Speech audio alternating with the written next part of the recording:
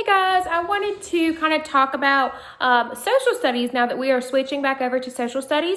So you guys know we do a unit of science or a couple units, usually 2 or 3 of science and then 1 of social studies, because in the classroom with our material, social studies takes much longer to do. So for every 3 science units, we do 1 social studies unit. It's just the way that our books are created and the way our curriculum is created for what we have right now.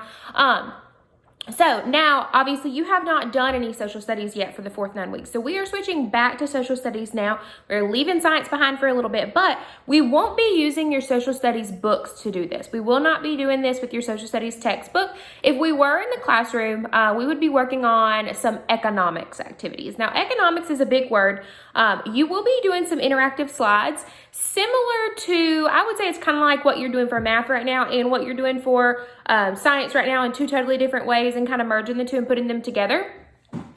So I wanted to talk to you, today's your first day of social studies, so I want to talk to you about the activities on your social studies slides. So if you are watching this video, this should help you. I'm going to walk you through the slides today. So I'm basically going to give you the answers for today, but I want to make sure that you are familiar with how to do this because it is a little bit different. And economics can be a little bit difficult. If you remember back to when we did money and math, when we were at school in the classroom, I set up the 2nd grade store on our smart board and you shopped and you got to spend money. Economics is very similar. You're spending money, but it kind of is cross-curricular between math and social studies.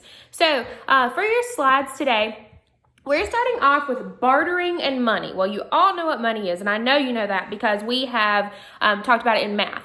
We also talked about when your parents go to the store, what do they use to buy something? Money, right? If you go to the grocery store and you need some bananas, and let's say your bananas cost $2.50 and your parents, your mom or dad, give the cashier $3. Well, how much change would they get? They would get 50 cents. So they are exchanging their money for those bananas, right? Now you should be, like I said, very familiar with that from math and what we have done in the classroom.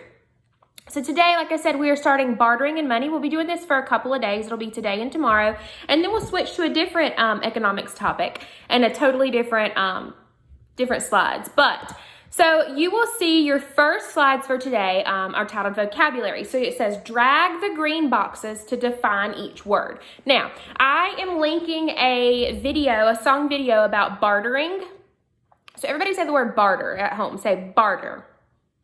Bartering is trading. So back a long time ago, before we had money, what do you think they did? If I was a farmer and I grew crops and I needed a leather good. So I would go find somebody who worked with leather and I would say, here are my tomatoes. I will give you 20 tomatoes for that leather that I need on my farm, right? So they would make a trade. So then the person who works with leather would get food and the farmer would get the leather that he needed. So you're making a trade. Have you guys ever traded anything with your friends? I bet you have. I bet you've said, I want your eraser and I will give you this pencil for it, right? I've seen some of that in the classroom or at lunch. If you say, oh, I don't like my such and such, I'll give you this if you give me an Oreo or whatever. That's bartering. Bartering and trading are the same thing for our purposes. Going back to the slide, so you will find on each slide, you will find the directions on the top of the slide.